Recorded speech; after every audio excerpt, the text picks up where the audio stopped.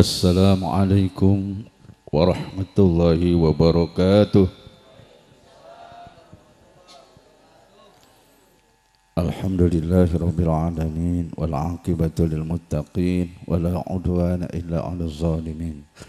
Wassalatu wassalamu ala sayyidina Muhammadin sallallahu alaihi wasallam wa ala alihi wa sahbihi wa ala sairil anbiya'i wal mursalin wa ala alihim wa ashabihim ajma'in wa man tabi'ahum bi ihsanin ila yaumiddin. Allahumma iftah lana bi futuhil arifin waftah bainana wa baina qaumina bil haqqi wa darul fatihin wa bana afriq alaina sabra wa sabit aqdamana wa sunna al qaumil kafirin bi barakati wa karamati sirri sihina wa mursidina sayyidi Muhammad Abdul Ghausil Maslul al qadi an-naqsabani kamil qadasir amin amma ba'd. Qala ta'ala fi kitabihil karim a'udzu billahi minasy syaithanir rajim. Bismillahirrahmanirrahim. Ihdinas siratal mustaqim siratal ladzina an'amta 'alaihim ghairil maghdubi 'alaihim waladdallin. Amin. Wa qala Rasulullah sallallahu alaihi wasallam,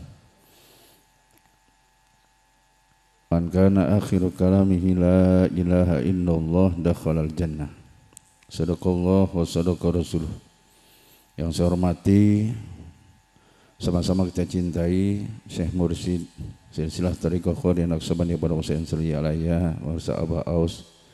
Mudah-mudahan kita semua diakui menjadi muridnya yang jadi, yang baik, yang diterima oleh beliau. Begitu juga semua penduduk dunia dari timur ke barat, dari utara ke selatan, sama-sama bisa mengamalkan amaliyah Thariqah Qadhi Naqsabandi pada Husain Sri dengan istiqomah sehingga menjadi ahli la ilaha illallah dari dunia sampai akhirat. Amin. Al-Fatihah. A'udzubillahi minasyaitonir rajim. Bismillahirrahmanirrahim. Alhamdulillahirabbil alamin arrahmanir rahim maliki yaumiddin. Iyyaka na'budu wa iyyaka nasta'in ihdinas siratal mustaqim siratal ladzina an'amta 'alaihim ghairil maghdubi 'alaihim waladdallin. Amin. Yang saya hormati ya, pengurus Jatman yang mulia Bapak Kiai Haji Heri Sugiarto, yang saya hormati Wakil Takin Syekh Mursyid yang mulia Bapak Kiai Haji Munawir Zain Al-Mau'ud, yang saya hormati Wakil Takin Syekh Mursyid yang mulia Bapak Kiai Haji Hasan Yulianto, yang saya hormati Habib Edi Junaidi Al-Qadiri, para asatiz, para hujjaj, bapak, ibu-ibu, ikhwan, akhwat, pemuda-pemudi. Alhamdulillah malam hari ini suasananya yang tenang. Mudah-mudahan hati kita ditenangkan oleh Allah dengan zikir. Kalau bumi tenang apabila ada hujan, ada air. Kalau hati tenang apabila ada zikir. Kalau bersih-bersih baju, badan, wudu, mandi dengan air. Kalau bersih-bersih dosa, kesalahan, maka dengan zikir. Jadi kita dua-duanya butuh air, sehingga dalam salah satu kitab diterangkan la ilaha illallah fil akhirati bimanzilatil ma'i fid dunya. La ilaha illallah nanti di akhirat bagaikan air di bumi. Jadi orang yang punya banyak air di bumi, di dunia gimana? Enak. Ibu ya, yang tinggal di sini air banyak ya? Banyak, walaupun ngambilnya katanya ada yang jauh. Ya, karena tadi saya lihat ada ibu-ibu bawa air dari mana? Dari sumur, jauh. Ya. Tapi masih ada airnya. Kalau di akhirat disebutnya yang punya la ilaha illallah seperti punya air di dunia. Makanya punya air akhirat yaitu la ilaha illallah, zikirnya sekarang. Zikirnya sekarang. Jadi kalau zikirnya nanti di akhirat sudah tidak laku bahasa kita. Sudah lewat. Ya, amalnya sudah putus, sudah tidak bisa. Makanya menjadi ahli la ilaha illallah sekarang di dunia. Karena kita banyak dosa. Banyak dosa. Betul tidak? Dosa kita itu banyak. Ibaratnya bapak ibu, khususnya bapak dan saudara yang mau sholat ke masjid, yang bagus bersih-bersihnya wudhunya di rumah apa di masjid? Sudah punya wudhu dari rumah atau nanti di masjid baru wudhu? Yang bagus di rumah sudah punya wudhu, baru berangkat ke masjid, jadi sudah punya wudhu, tinggal langsung masuk ke dalam masjid sholat. Tapi kalau dari rumah belum punya wudhu, apalagi punya hadas besar, nanti di masjid antri, mau wudhu antri, apalagi mau mandi. Artinya apa? Orang yang mau pulang ke akhirat, maka mau bersih-bersih di dunia dosanya atau mau bersih-bersih nanti di akhirat? Jawabannya apa kira-kira? Mau bersih-bersih di dunia? Kalau di dunia bersih-bersih dosanya dengan apa? Dengan zikir. Kalau di akhirat bersih-bersihnya dengan masuk neraka dulu sesuai dengan amal perbuatannya. Kalau dosanya banyak maka dia lebih lama. Kalau dosanya dikit karena tidak nebus dosa yang ada dengan amal itu, maka dia masuk neraka dulu tapi seukuran dosanya habis. Itu dalam akidah kita begitu. Makanya sekarang kita mau pulang ke akhirat jadi bersih-bersih di dunia. Inilah alatnya dengan zikir. Alhamdulillah. Makanya kita dipertemukan oleh Allah dalam thariqah, khususnya Jatman Jam'iyah Ahli Thariqah Al-Mu'tabarah Nahdiyah. Maka orang NU mempunyai organisasi Jatman agar orang NU semuanya berthariqah, semuanya mengamalkan zikir. Jadi begitu pulang ke akhirat nanti tidak perlu dicuci lagi, tidak perlu dibersih-bersih lagi karena sudah dibersihkan di dunia. Kan di dalam kitab diterangkan bahwa siapa yang mengucapkan la ilaha illallah dengan mad dan ta'zim, dihapuskan dosa besarnya 4.000. Man qala la ilaha illallah maddaha bi ta'zim ghafarallahu lahu dzunuba arba'ati dzambin minal kabair. Orang yang mengucapkan la ilaha illallah dengan mad, dengan benar bahasa kita dan mengagungkan Allah, maka dihapus 4.000 dosa besar. Enak nggak? Dihapus dosa. Sekarang itu 1 kali la ilaha. Makanya kita dalam thariqah Qadiriyah Naqsyabandiyah pada Pesantren Suryalaya zikirnya habis sholat berapa? 165. Berarti kalau kita zikir 165 tinggal dikaliin 4.000 kali 165. Banyak nggak diampuni dosa? Sampai sahabat bertanya, ya Rasulullah, kalau yang mengucapkan itu sudah tidak punya dosa karena dia sudah selalu zikir? Kata Rasul, untuk keluarganya. Jadi keluarganya dapat bonus dari keluarga yang zikir, dapat syafaat dari keluarga yang zikir. Sampai ditanya lagi, ya Rasulullah, kalau keluarganya juga sudah zikir semua, dosa yang besarnya sudah habis semua, maka Rasul masih menjawab untuk tetangga-tetangganya. Jadi tetangganya juga dapat bonus dari orang yang ahli zikir. Enak nggak punya ahli zikir? Tetangga ahli zikir? Maka kita dapat bonus ampunan dosa. Itu diterangkan dalam kitab tasawuf, khususnya hadis yang menerangkan tentang ampunan dosa dengan zikir sekali saja. Makanya saya katakan belajar zikir ini, belajar thariqah ini rezeki nomplok. Kenapa? Dapat ampunan dosa begitu besar. Itu baru zikir jahar yang diucapkan di lisan, yang bersuara, yang kelihatan. Kan kelihatan la ilaha, ada suaranya kedengaran. Makanya ada zikir yang tidak kelihatan. Ini isyaratnya kita seperti ini. Namanya zikir hofi. Ini disebut lebih besar, lebih agung, lebih mulia. Karena apa? Ini kerjaan hati, tidak dilihat oleh siapa-siapa.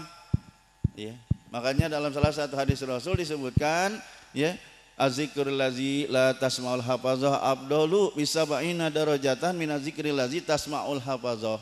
Zikir yang tidak didengar malaikat hafazah yaitu zikir hofi, isyaratnya seperti ini. Dalam hati ingat nama Allah, maka ini lebih utama 70 kali lipat daripada zikir yang didengar oleh malaikat hafazah. Maksudnya zikir la ilaha. Kalau la ilaha illallah satu menghapuskan 4.000 dosa besar. Jadi kalau zikir hobi 70 kali 4.000 berapa? 70 kali 4.000 280.000. Itu hitungannya. Tapi kata ulama kalau zikir, ingetin pahala zikir itu katanya termasuk tidak khusyuk. Maksudnya kita ini biar tahu zikir ini nilainya besar, tapi waktu zikir tetap harus ingatnya hanya kepada Allah. Agar kita sayang meninggalkan zikir, jangan sampai meninggalkan zikir, jangan sampai menjadi orang yang lalai. Alhamdulillah, makanya kita semua ya diciptakan oleh Allah SWT menjadi manusia, dari manusia yang 7 miliar lebih lalu menjadi orang Islam. Orang Islam yang katanya hanya 1 miliar, lalu ada yang sudah sholat, ada yang belum sholat. Alhamdulillah kita jadi orang yang sholat. Orang yang sholat umpamanya dari 1 miliar kira-kira ada setengahnya. Taruhlah kalau setengahnya 500 juta. Sekarang yang khusyuk dengan yang tidak khusyuk kira-kira banyakan mana? Banyakan yang belum khusyuk. Ya. Sedangkan khusyuk penting. Rasulullah bersabda la salata liman la khusyu'alah. Tidak sempurna atau tidak sah salat yang tidak ada khusyuknya. Jadi kalau salat tidak ada khusyuknya sama dengan tidak ada salat. Makanya sampai ada orang bilang daripada kita salat enggak khusyuk mendingan kagak salat dong kalau begitu. Bukan begitu, tinggal belajar khusyuk. Salat kita sudah pelajari, maka tinggal belajar khusyuk. Khusyuk bukan menangis, khusyuk bukan menunduk, khusyuk bukan menterjemah. Khusyuk adalah hati yang selalu ingat kepada Allah. Kalau tidak belajar thariqah tidak ketemu. Walaupun ayatnya dibaca, Allah terangkan tentang khusyuk adalah hati yang selalu zikir dalam surah Ar-Ra'd ayat 16. Alam ya'ni lil ladzina amanu an tash'a qulubuhum li zikrillah. Apakah belum tiba saatnya kepada orang yang beriman? Khusyuk adalah hati yang selalu ingat kepada. Jadi apabila hati kita selalu ingat kepada Allah, ini selalu khusyuk dalam sholat atau di luar sholat, dalam ibadah atau di luar ibadah, sedang diri, duduk dan berbaring, maka itulah orang yang sedang khusyuk di hadapan Allah Subhanahu wa taala. Makanya setelah belajar zikir dapat inilah untuk ibadah kita dimakbul oleh Allah Subhanahu wa taala. Ibadah kita diterima oleh Allah Subhanahu wa taala. Walaupun orang bilang, "Pak, diterima itu kan urusan Allah." Jangankan Allah, orang kerja saja pakai syarat, sekolah saja anak-anak ya pakai masuk SMP, syaratnya apa?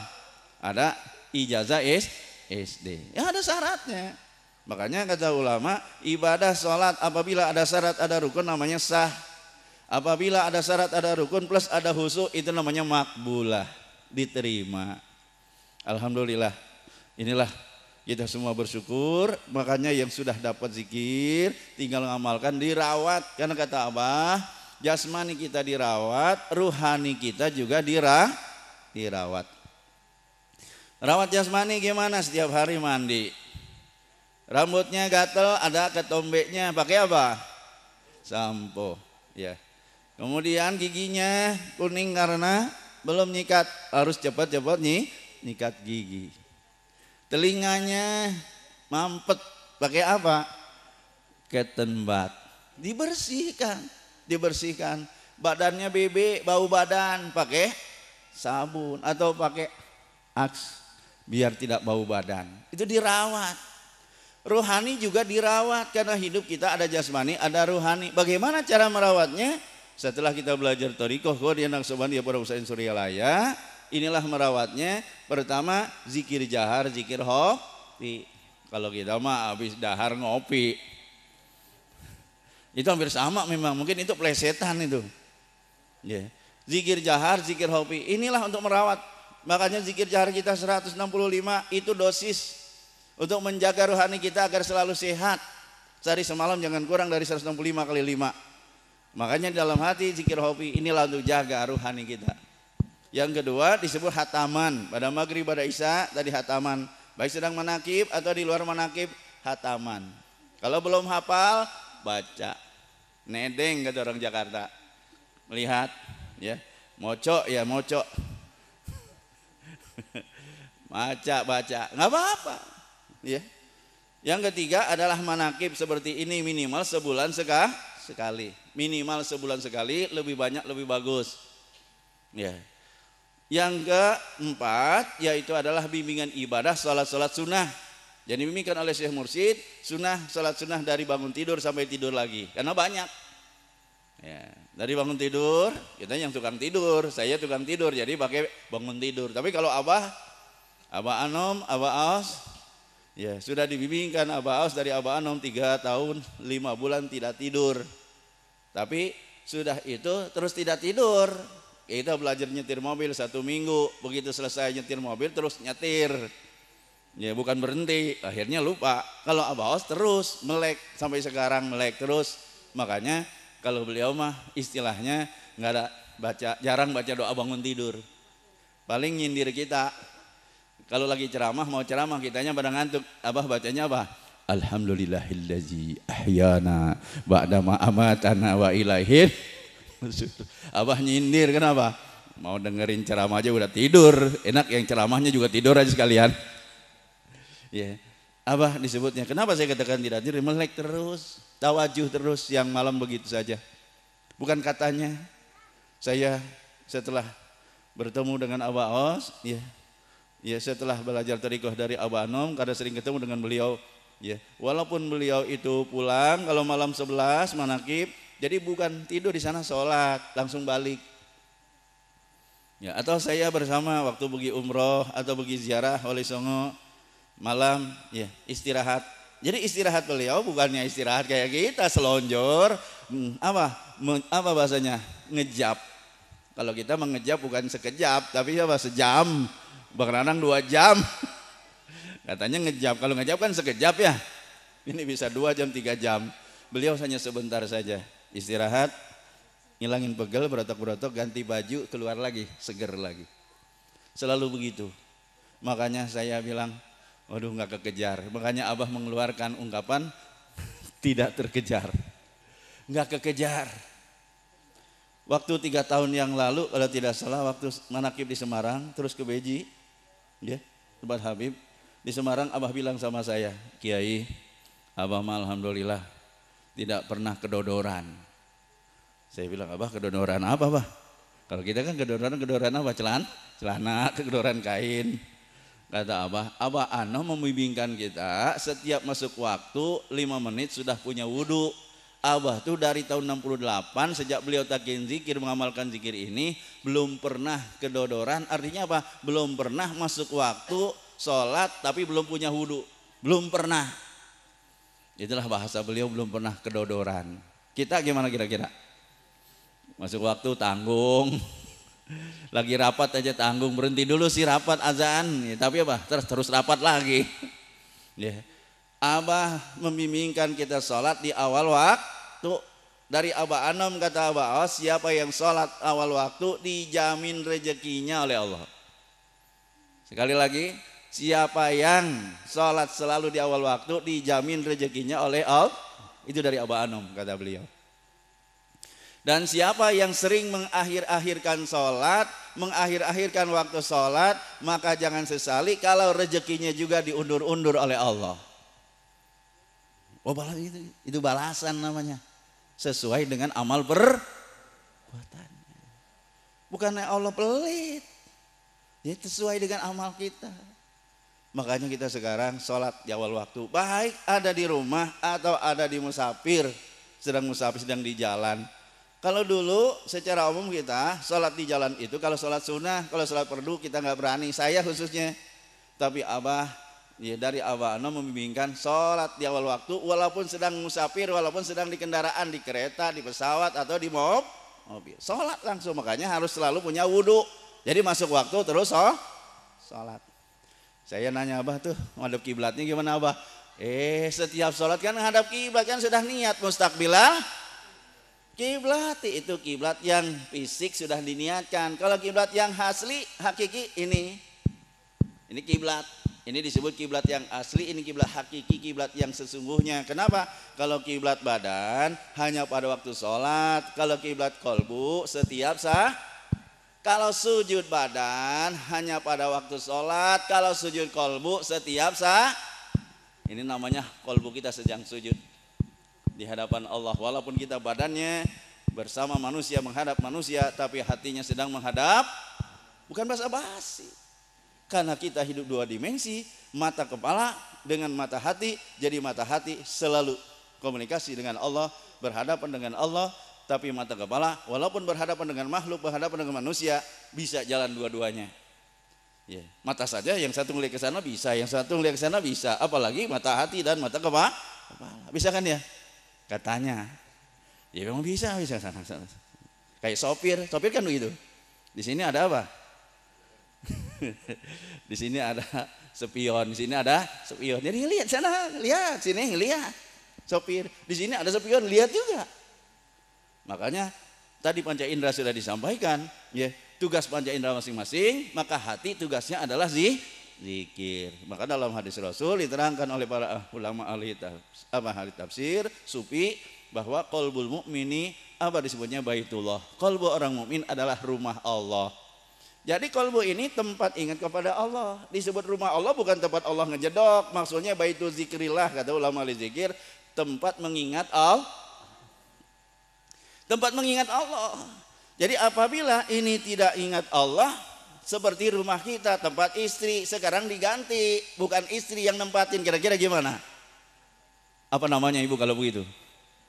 Selingkuh. Jadi kalau kita, hati ini sudah seharusnya ingat kepada Allah, sekarang ingat kepada selain Allah, pada hakikatnya disebutnya itu sedang selingkuh. Kenapa? Menempatkan kolbu bukan untuk ingat kepada. Jadi kalau begitu kita selingkuh melulu. Itu untuk orang yang sudah selalu zikir, lupa zikir saja itu dianggap sudah selingkuh. Coba ibu kalau suami selingkuh gimana? Atau bapak punya istri selingkuh gimana? Marah. Allah juga sebenarnya cemburu kalau kita ingat kepada selain Allah. Coba kita cemburu, ya. Jadi harus cemburunya. Makanya orang yang ahli khair ditempatkan di surga. Kalau ahli syar disebutkan neraka. Kenapa? Allah cemburu kalau ahli baik dicampur dengan ahli buruk. Tidak senang, makanya misah tempatnya surga. Kalau ahli buruk neraka. Itu Allah cemburu, bahasanya begitu. Kok Allah cemburu juga? Disebutnya dalam hadis begitu. Ya, innallaha ghoyur. Sungguhnya Allah itu sangat cemburu. Itulah makanya apabila kita melakukan maksiat atau lupa kepada Allah, itu sebenarnya Allah cemburu. Maksiat Allah cemburu. Kenapa? Kita maksiat kepada Allah, disuruh taat kepada Allah. Kita lupa kepada Allah juga Allah cemburu. Kenapa? Harusnya hati ingat kepada Allah tapi ingat kepada selain.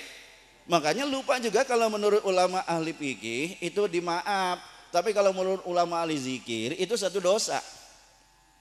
Kenapa satu dosa? Karena tadi sholat yang tidak ingat Allah berarti tidak khusyuk. Jadi sholat tapi tidak khusyuk sama dengan tidak sholat.